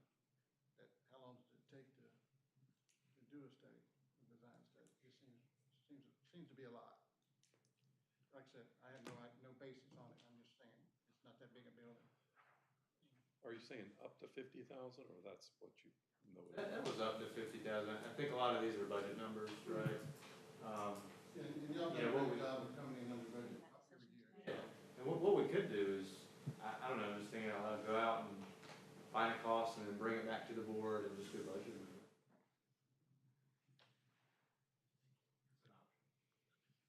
It's an option. Why didn't y'all call the HVAC companies first and see if they had to, I don't understand. We would pay a third party to do the plan and then bid it out? Yeah, can you walk us through the process? Like, why wouldn't you have each, I'm just thinking of this as a hairstylist, right? Somebody comes and sees me and two other hairstylists and they bring me a picture. I might want to do it in a different order than the next person, but I feel like then they pick who they they want. So I feel like different companies come in and bid it, and they tell you their plan, and then you just, I guess I don't understand the study part of it. It's more of design. I mean, the design part, that Yeah, part. so we'll come in and look at how everything's routed, because I do believe there is a distribution problem with the way the current HVAC system and the ductwork is routed. I don't think it's effectively and efficiently distributed. Sure, but when they do that research with part of their quote, like they would research that on their own, they would eat that cost, and it would be in with their quote. I think the way we went through this design route was because this is an engineering service. And so with that, we are subject to the Mini Brooks Act. It's where we have to get RFQs for design before we can perform any engineering or design services for us. So I believe that's how the whole design was initiated. Okay. They also said that, like, there's a new type of units coming out in a couple years that are, the article said that, like, right now, the PSI on the new units is really high. And that's the reason why they don't last that long. They're coming out with new units that are supposed to be on the market in 26, where the PSI is gonna be back down to what it was, 30 years ago, where an AC unit would last 20 years. Does it behoove us to potentially wait and keep these lingering alive as much as we can or possible to potentially get a unit that might last a lot longer? But the flip side is those units might be more expensive. I don't know. I think it's supposed to be like the refrigerant's supposed to be propane based or something like that there. So, I don't know. It's just a question to ask. Yeah, if you can talk to some HVAC people between now and next Monday, I know it's a lot, put more work on you, Kevin, but, I think we're a little torn on this one. I was just telling Heather, what he just said made me feel better. If we have to bid it out by law, you gotta put something in the bid documents that tells them what they're bidding on, so you have apples to apples comparisons. That's what I heard Kevin say. So Right. I don't, if we could just go select a local vendor to do it, then that would be cheaper perhaps, I don't know, but maybe not. So are you saying we have to bid this out because of the statutory act you mentioned? Let's go back and look at it. Y'all brought up some good questions. Can we come back? I'm not trying to be evasive or disagreeable. No, certainly y'all aren't either. Y'all are asking good questions. But, let us talk about it. Let us talk with Melanie and kind of see what our requirements are. Come back. All right. So can we put a pin in that one? Yes, that'd be great. Thank you, Al. Thank you. All right, we've talked about sewer capacity, like I said, be prepared next Monday to make a decision. Anything else under Public Works? All right, Park and Rec. Eunice, explain to me the $399,000, I know you got it in your notes there, it's carried over from 2020 through what is left, but where is this, is any of this grant money, or is it all tax money, or what's the? No, sir, so this was a pre-made, no grant money. This is all local tax dollars. Yes, So sir. And should it be, this is like the high end right now, it should go down come July 1 as they continue with construction. But we went ahead and put the big number in right now for you guys to see. So is any of this money fee in lieu of park land money? That's all. It's all, That's restricted funds. okay, that's what I want to know. So, I mean, I don't understand why it would be in this budget. We've spent all that money at this point, right? Yes, sir. It's a project that's gonna kind of straddle two fiscal years. And so, you know this too, like with construction, you don't pay them all at once, you're at the end, you pay them in increments. And so, this number is gonna change based on how much work they complete, and we certify and we pay them. So, we could,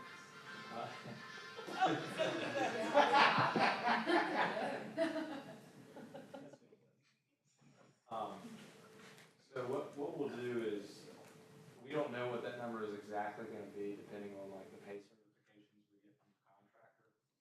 And so what we'll do is probably in July or August, once we know how much money is in 23-24 versus how much is in 24-25, we'll come back and do a budget amendment to adjust that number. It won't go up, it's just gonna go down. All right. Second, the $150,000 for the municipal park playground. You know, there again, it's you know, some of it's needed. Does it need it right now? Do we cut that down a little bit? If we're gonna spend $800,000 on, I'm gonna keep bringing it back. It depends on how much money we spend on paving. If we're gonna spend that $800,000, go to 2.2 coming out of reserves, we need to me, cut back somewhere. So, but does anybody have, I don't have any problems with anything else. The one thing that I have with 150 is I hate seeing large budget numbers like this here come up when we know that the equipment's eventually gonna need to be replaced. And I've asked Alex of this before, I've kind of talked about it here, but is there a way that we can budget so that we don't see 150,000? We see, you know, park equipment's gonna have to be replaced in 15 years. So we're seeing 10,000 that is being moved to a municipal park, you know, maintenance budget. And so, I mean, it just, it feels like this didn't sneak up on us. I mean, we knew it was coming. I just don't understand why we see a big 150 on the budget and it kind of causes wobble, if you will, versus seeing 10,000 a year, knowing that we're gonna have to maintain this equipment over the long. I don't know. It just feels to me like maybe there's a better way to manage equipment that we know is depreciating and gonna need some type of replacement. That would be my only thing I would say. All right. If it were funding out of operating budget, I would agree with you. This is funding out of reserves, where you simply got the same thing. We've been saving money, saving money, saving money, saving money. Now we're gonna spend money with a reserve number. If it came out, if it were black or whatever the color is, out of operating budget, new revenues, I would agree with that. And I think there may be ways we should be doing that. We talked about that with a stormwater fee.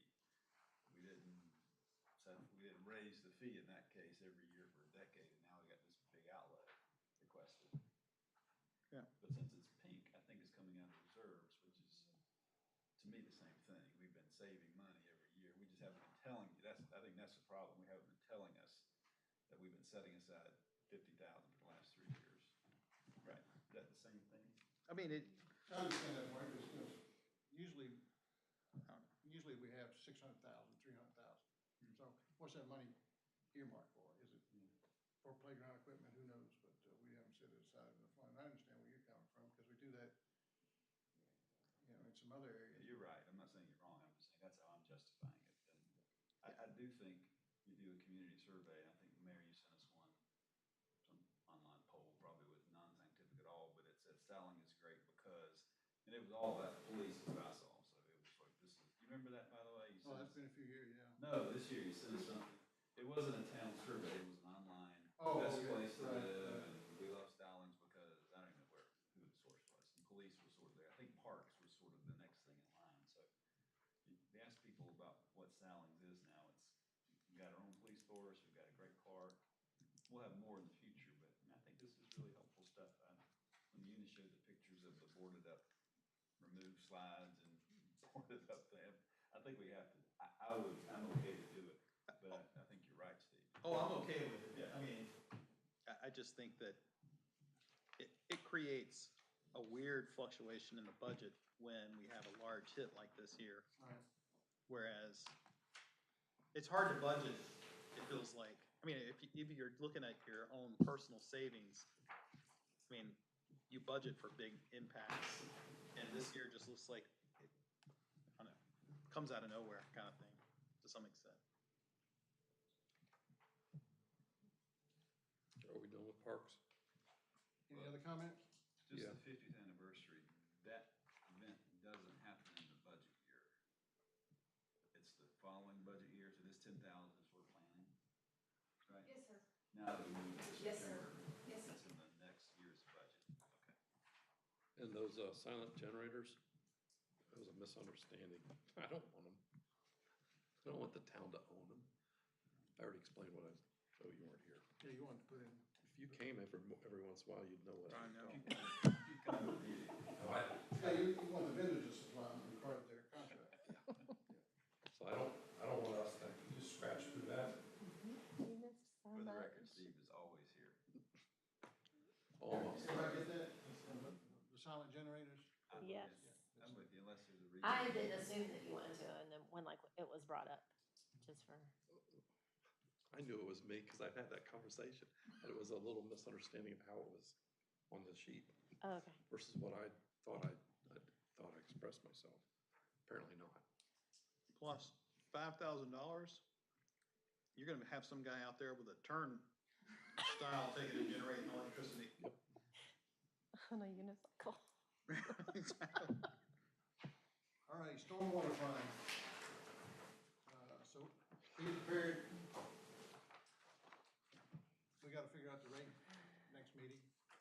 We're gonna need your help, Alex, Jamie, and, yeah, my thought is I just don't want it to double and triple.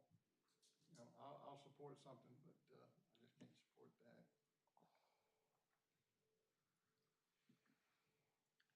Street sweeping is required, right there, Alex, on our, whatever permit that is, I can't remember what it is. They did my neighborhood a couple weeks ago, I don't know if they've done yours anyway. They did, but I'm gonna be honest. I don't think they did a really good job because they came through our neighborhood and there was still grass clippings in the waterway. And I would have thought that the street sweeping would have picked up, you know, all the stuff that was in the waterway. So I don't know, just an awareness to you. I was actually gonna take a picture, totally forgot about it. But, I mean, it still looked like the guy had just cut his lawn and he didn't pick up any of that. So it's kind of like, I'm not sure maybe it was just that section, but something didn't seem like it was working quite right there, just as an awareness. All right, and then Kevin, could you explain the MS4 program? Is that another, consultant or? Essentially, yeah. So those MS4 permits are very extensive to maintain in compliance with. So we need to inventory and assess all of our public and private stormwater infrastructure, make sure there's no illicit discharge, everything is being maintained and operating up to speed. And that's just one piece of a 40-piece stormwater management plan, which is what you have to be in compliance with that stormwater management plan to receive this permit. So that's just one piece that I think we'll need assistance with. So again, up to 50,000. Correct. Correct. Do the best you can to speed them up. Don't let them. And if we lose that permit, who does the stormwater fixing then? Well, if you lose that permit, you get fined. Yeah, we don't want that. Yeah. Oh, okay. I thought. Yeah, they don't think somebody else will do it. They fine you until you fix it. Ah, gotcha. Well, let's not go there That's something then. we want to do. Let's not go there. Any, annual maintenance items, anybody have any questions on that? Why is that not in the budget for the department? Why is that a notable item? Just a question. Does that make sense? It feels like it's not a thing, it's what you normally do in the operating budget. Yeah, that's a good point, Brad. There's so few things in the storm. Let me say, I don't disagree with your point. I guess our thought process is there's so few things within the stormwater budget. Yeah. And this was a proportionally fairly large thing. We just wanted to show it, if for no other reason, to show the proactive nature of some of the work. Okay. What is CB? Catch basin. Thank you. And then, I know you talked about this in your presentation, the usage of the skid steer and its attachments, but can you get any more detail for us tonight on that? You know, how much do you think we'll use it versus renting it? Yeah, I think, I don't have the numbers to rent off the top of my head, but I think those provided ultimately, I think we would be using it just about every single stormwater project. We disturb pretty significant areas when we go in, whether it's a sinkhole repair or just finer grading to prevent some flooding.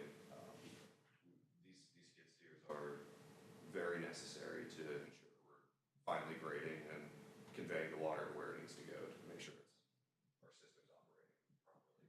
And do we have storage, current storage to hold it? Yep, there's plenty of storage in that garage out there. Yes, sir. All right. Any other comments on that or any other thing on the stormwater?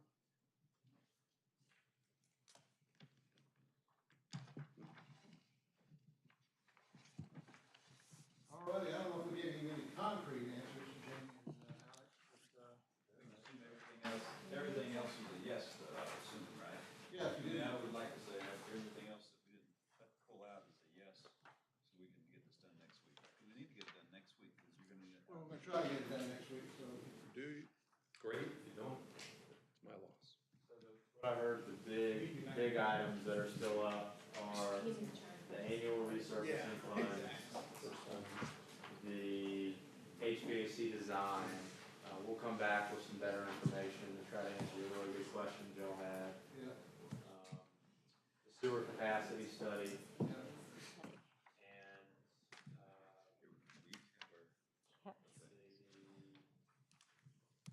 Pretty solid generator. reset, we'll pull that, yes, sir. And, really the stormwater fee discussion over that. Right. So stormwater fee, that'll dictate all the, like how many projects we do and things like that. Stormwater fee, pull the generators, sewer capacity study, HVAC design, and road resurfacing. Everything else, everybody good with everything else? Right now. Great, yeah. And it doesn't mean you obviously can't change your mind, I just wanna narrow it down to make best use of y'all's time. For the other, council, the other thing, like I said, some things, or policy we might change, our salaries, inflation is hit. So right now, the, CPI is what, maybe 4 or 5%? 5. 5. So our town, they're getting 5%, then they're getting, cost of living. But I think CPI was 6.5. 6.5, I'm sorry. 6.5. At the end of December, story market. Yeah, so right now it's 6.5. So what else are you getting a? And then you have bonus, which happened. 2%. 2%. So that's right. 2%, 6.5 CPI.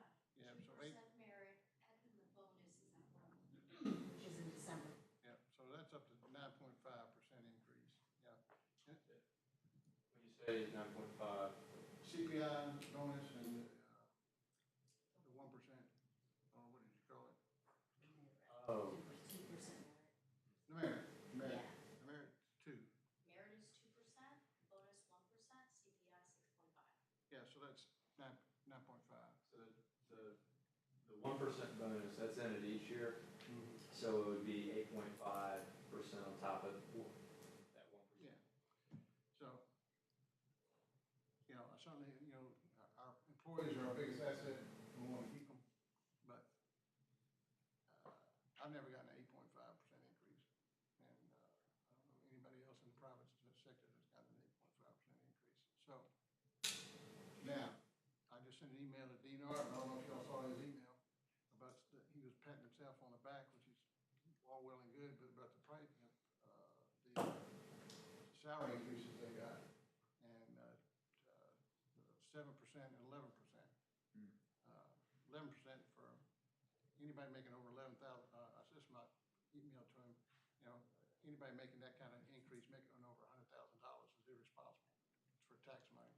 And I didn't get a reply back from him. Dean and I are good friends, but I don't agree with him on everything. So, we only have one person making over 100,000, but I think that's what I can't remember how much he made. But you Yes, were- let's talk about it now. I think it's 100 and, Yeah, you were over it. Your face is turning red. point is, look at it next year. Yes, but I was gonna,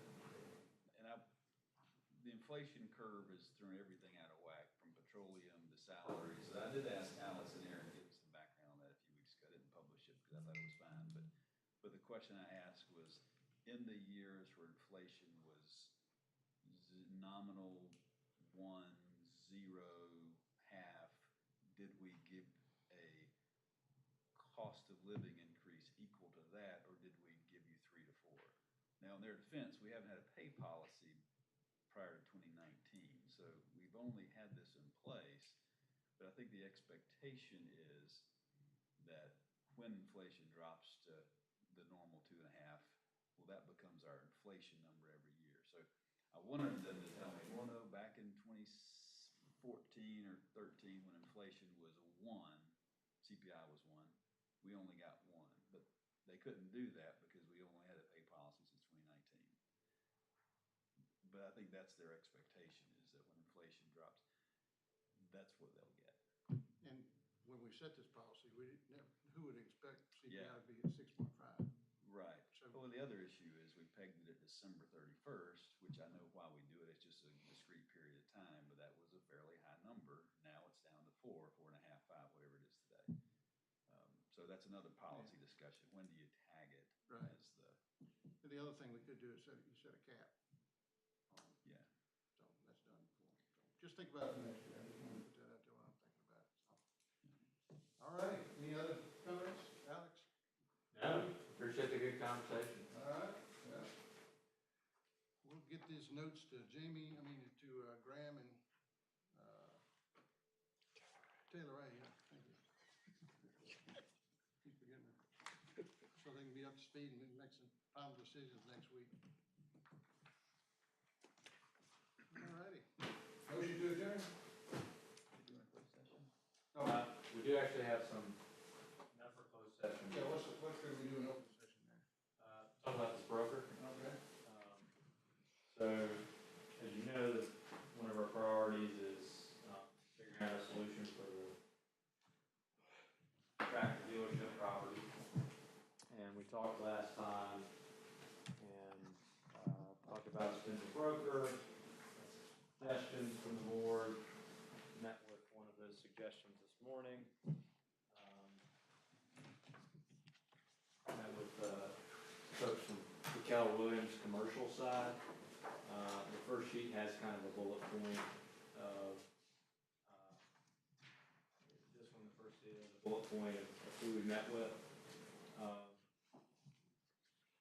They have years of experience, the local Union County Midville area. One of the fellows we met with, his family had been here since the 1700s. I think it gets more local than that. In fact, I've got their resumes on, let's see, it's the 1, 2, 3, 4th page, starting the 4th, the 3 of them. They have brokers, they have land acquisition folks, they also have design folks within their group. They can handle, sounds like a lot of the things that we got some good questions from the board: financial, vetting of the tenant, marketing, visuals, helping lay out the site. And they said don't necessarily, stick to one potential tenant, explore other options too. It could be a larger brewery, it could be a more local brewery, just keep your options open. They said they can help us with that. Typical for a fee in this kind of work is 6% of the total lease amount. We'd have to pay 1/2 due at lease signing and 1/2 due at tenant open up the business.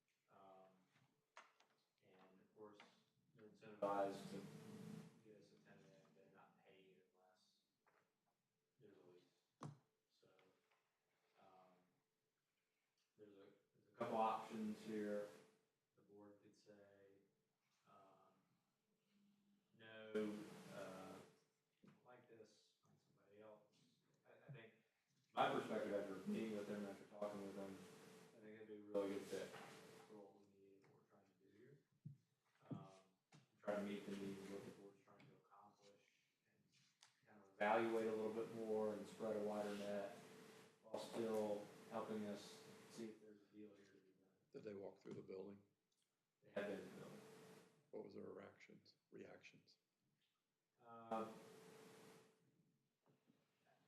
Kind of as described, I mean, it's a building, they said typically expectations of tenants are for you to deliver a functional shell of a building, right? Which means probably HVAC needs to be replaced. They confirm that, by the way.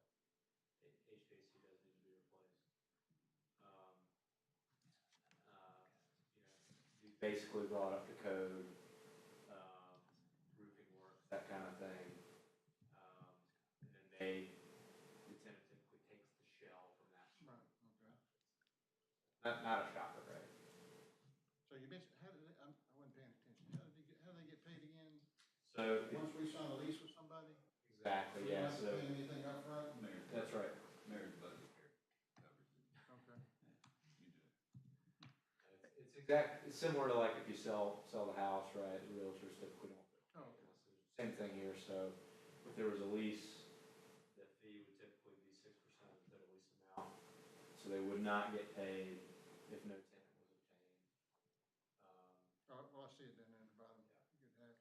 Y'all are just seeing this for the first time, so that's why I wanted to point this out. In the past, you said bringing that up to code was gonna be expensive. So, Yeah. I mean, It depends. You know, I'm gonna edge and say it depends too. It depends on how much space is taken up, it depends on the type of use, but there will be a cost to kind of outfitting the building, both to bring it up to code most likely, and also just to kind of bring it up to working condition, HVAC, probably roof work, things like that. But they're real helpful in talking through like, hey, you need to evaluate it, right? Are you gonna put, maybe this is only a 10-year deal, we talked about the sewer situation. Does it make sense to put in a 30-year roof if this is only a 10-year thing, and sewer gets back into place, and you wanna kind of redevelop the whole area, something like that, so. I think they can help us think through that. is there asbestos in that place? I don't know, I suspect there is, based on, the construction timeframe of the building, but asbestos, that's just an encapsulation issue. But I mean, it's still, to bring it up to code probably means it had to be removed, right? It doesn't have to be. You can cover, like it might be under the tile floors, and then you would just lay new floor on top of it. Yeah, Okay. as long as you just, my understanding, again, that we're in territory, but my understanding from previous renovation projects I've been a part of, if there's asbestos in there, as long as you don't disturb it, typically you're good. If it's disturbed, then you just encapsulate it. So that could be a technique, like Heather described, Okay, I gotcha. that you could do that. So there are ways around it. Asbestos sounds bad, and it can have some very negative health effects when we take it seriously, but it's something that's very doable to manage. Okay. Yeah, I was more from an budget expense point of view. Yeah. Well, I think these guys can really help us get a better idea of what those costs might be in the kind of big picture, and the rents we might expect and things like that, so. What it's worth, at least those top two brokers are in the town already. They have signs up, if that matters. I don't know if it's good or bad, but I've seen the KW commercial real estate sign across from Asian Market on those sort of old single-family homes that are sort of in disrepair, right across the street from what used to be the Burger King. Now it's something else. They also have the listing beside the auto parts stores that O'Reilly's was sort of sniffing around at. Matthew Hagler's name's on that listing. So for good or bad, they're in the community. They have some relationships with landowners already. I don't know if that it's good or bad, but it is. Well, to me, it's good. They're probably familiar with the town. So a couple options as y'all think through this. It's say, Alex, we're good, come back with a contract of what this would look like. It's say, Alex, we want to talk to these folks, bring them in, let's talk through with them, get y'all comfortable, or anything else that the council deems appropriate. I'm fine with you negotiating the contract contract with them. So if you're comfortable with them. Concur. Are the general parameters of what I described, does that make sense? It does. No payment unless they bring in a tenant. I mean, I'm sure Matt can help you. Absolutely. I mean, he's been through several of these kind of things. So I'm still a little confused. Is the one tenant, have they kind of dropped out or? No, absolutely not. This is helping evaluate that for us and seeing if that's a workable deal. But it's also at the same time not pivoting, but also broadening our scope. So would they get 6% of that client, even though they were already kind of snooping around the building? Okay. Well, they get 3, wouldn't they? 3 from each. Oh, I don't know how I it think works. we would pay 6, I believe. So if there was a, That's if the tenant had a broker, I would presume it would be like residential. They would split it, but we would still ultimately pay that. Okay. I do think here that, that initial tenant, it may very well not take up the whole building. So there might be, you know, some other tenants that would come in and maybe, it might not just be one, right? We might be able to get 2 really cool, tenants that are, you know, Compatible. yeah, and really feed and improve and enhance the area and each other. One of the things I really thought was great about them is they can do some kind of like basic design work and kind of see. I know we talked about like, hey, this wasn't our initial plan to like look at this building and have it be the vision for 40 years. It was really to redevelop this area. And we don't want to do this and close off the entire parcel to all other development, right? If sewer becomes available, they can help potentially lay it out and kind of help us see what it might look like and what areas we need to kind of reserve in the future. Does that make sense? Yeah, I guess the question is, I mean, as we talked about the other week, government leases, it's not something governments do a lot. So there are some rules about how long you can lease a property that we've all learned about. So they probably have little experience, I would assume, in representing local governments, but that's not attractive. Not many brokers do, so I'm okay with it. They didn't, that they mentioned at least, Yeah. but we did talk through that and they just said, we understand it's just a workaround, right? We've got to give extra time, we can't go over 10 years, things like that. So, Good. okay, well, what I may do is talk with them, see if we can get an agreement, bring it back, and I'd like to bring them just to, you know, say hey, whenever that Yeah, they comes, will. so y'all, I think it's important for projects of this level, I want y'all to be aware and see who we're working with, and feel good about the direction, feel like we're on the same page, and y'all are as well. Did they know, what did they think about the name Voodoo Brewery or whatever? You know, it didn't come up, to be honest with you. They asked about the church, do we have any local ordinance preventing, you know, drinking establishment within a certain, some places do. We don't, but the name never came up. Yeah, because the small sample of people I ran it, but I couldn't sell them on it. They said, Voodoo Brewery. What is that? Well, I said, well, just a name. I think these folks, you know, say, hey, this could work, but it's also probably a good idea to just keep our options open Sure. too, and see what else is out there, so. All right. And we can ask them about the names. Yeah, but, yeah, they're the marketing people. Well, there's one in outside of Greenville, you said. Feels to me like that might be a field trip at some point. Greenville, there's one in Knoxville. We use Old Clemson all the time, right? I go to Greenville quite often. I was there this weekend. There you go. All right. That's it. I don't, unless y'all want to talk about the tenant, happy to go into closed session if helpful, but. No, that's, you're talking about Voodoo? Yeah. You All right, want a motion to adjourn? Motion to adjourn? I'll motion to adjourn. All right. All right. Motion by Ms. Groom, second by Second. Mr. Harris. All in favor?